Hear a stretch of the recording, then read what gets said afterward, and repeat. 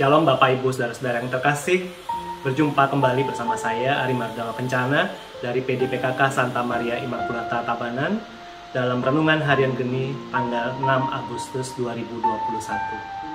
Hari ini kita akan bersama-sama merenungkan Sabda Tuhan dari Markus 9 ayat 2 sampai dengan 10. Sekali peristiwa, Yesus membawa Petrus, Yakobus, dan Yohanes, dan bersama-sama mereka ia naik ke sebuah gunung yang tinggi. Di situ mereka sendirian saja. Lalu Yesus berubah rupa di depan mata mereka. Pakaiannya menjadi sangat putih, berkilat-kilat. Tidak ada seorang pun di dunia ini yang dapat menggelantang pakaian sampai seputih itu. Maka nampaklah kepada mereka Elia bersama dengan Musa. Keduanya sedang berbicara dengan Yesus. Kata Petrus kepada Yesus, "Rabi, betapa bahagianya kami berada di tempat ini. Baiklah, kami dirikan 3 kemah, 1 untuk engkau, 1 untuk Musa, dan 1 untuk Elia." Petrus berkata demikian sebab ia tidak tahu apa yang harus dikatakannya, karena mereka sangat ketakutan. Maka datanglah awan menaungi mereka, dan dari dalam awan itu terdengar suara, "Inilah anak yang kukasihi, dengarkanlah dia." Dengan sekonyong-konyong, waktu memandang sekeliling, mereka tidak lagi melihat seorang pun bersama mereka, kecuali Yesus seorang diri. Pada waktu mereka turun dari gunung itu, Yesus berpesan kepada mereka, supaya mereka jangan menceritakan kepada seorang pun apa yang telah mereka lihat itu, sebelum Anak Manusia bangkit dari antara orang mati. Mereka memegang pesan tadi, sambil mempersoalkan di antara mereka, apa yang dimaksud dengan bangkit dari antara orang mati. Demikianlah sabda Tuhan, terpujilah Kristus. Bapak Ibu Saudara-saudara yang terkasih, Yesus baru saja memarahi Petrus dengan tegas beberapa saat sebelum perikop ini. "Hanyalah iblis, engkau suatu batu sandungan bagiku, sebab engkau bukan memikirkan apa yang dipikirkan Allah, tapi apa yang dipikirkan manusia." Karena Petrus rupanya menegur Yesus ketika Yesus mewartakan bahwa dia harus menderita, dia harus dibunuh, dan dia akan bangkit. Rupanya Petrus tidak mampu melihat apa yang dipikirkan Allah. Kita kadang memang tidak bisa memikirkan apa yang dipikirkan Allah dan apa rencana Allah. Inilah latar belakang Yesus kemudian mengajak Petrus, Yakobus, dan Yohanes naik ke atas Gunung Tabor, di mana Yesus menunjukkan kemuliaannya, bukan untuk melakukan show off kepada ketiga muridnya, tetapi untuk menunjukkan dan meneguhkan hati para murid-muridnya tentang siapakah pribadi dirinya yang sesungguhnya.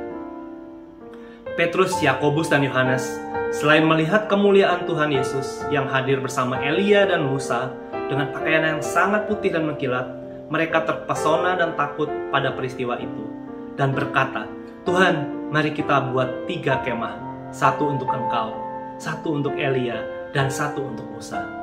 Lalu terdengarlah suara dari awan, "Inilah anak yang kukasihi, dengarkanlah dia."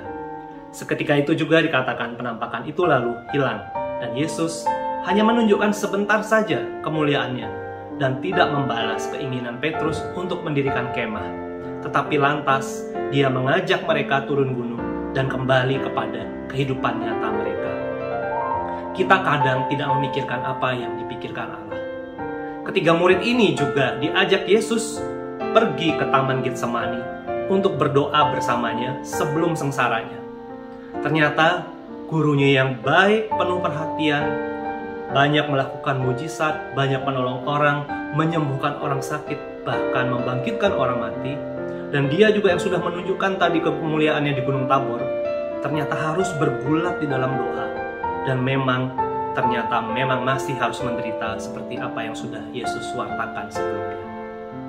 Bapak Ibu Saudara-saudara yang terkasih, peristiwa transfigurasi di Gunung Tabor adalah sebuah konfirmasi kemuliaan Tuhan Yesus bagi saksi-saksi, yaitu bagi para murid. Tetapi juga sebuah potret kehidupan yang penuh kemuliaan bagi kita yang akan setia mengikuti Yesus.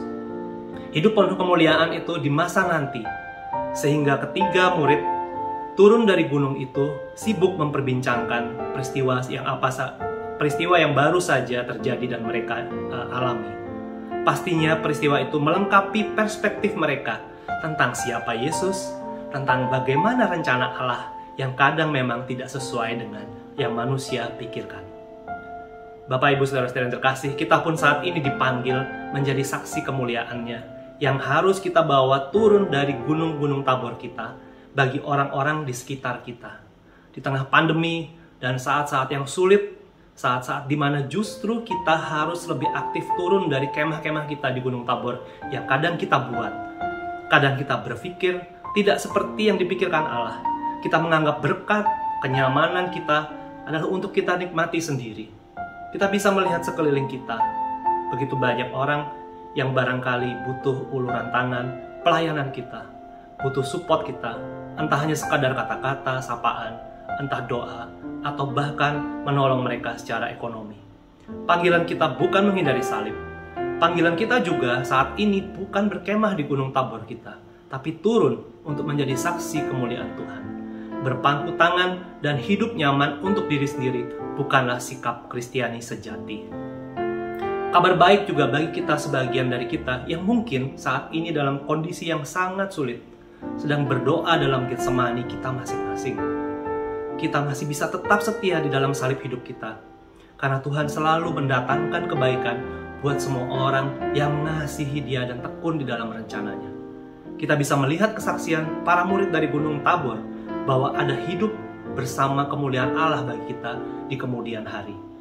Dalam apapun yang dipikirkan, disediakan, direncanakan Allah, ada misi buat kita pada hari ini.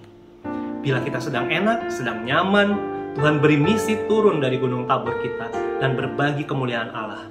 Apa aksi yang bisa kita buat hari ini? Tidak harus aksi yang besar, tapi aksi kecil untuk menolong dan membantu sesama berbagi kemuliaan Tuhan.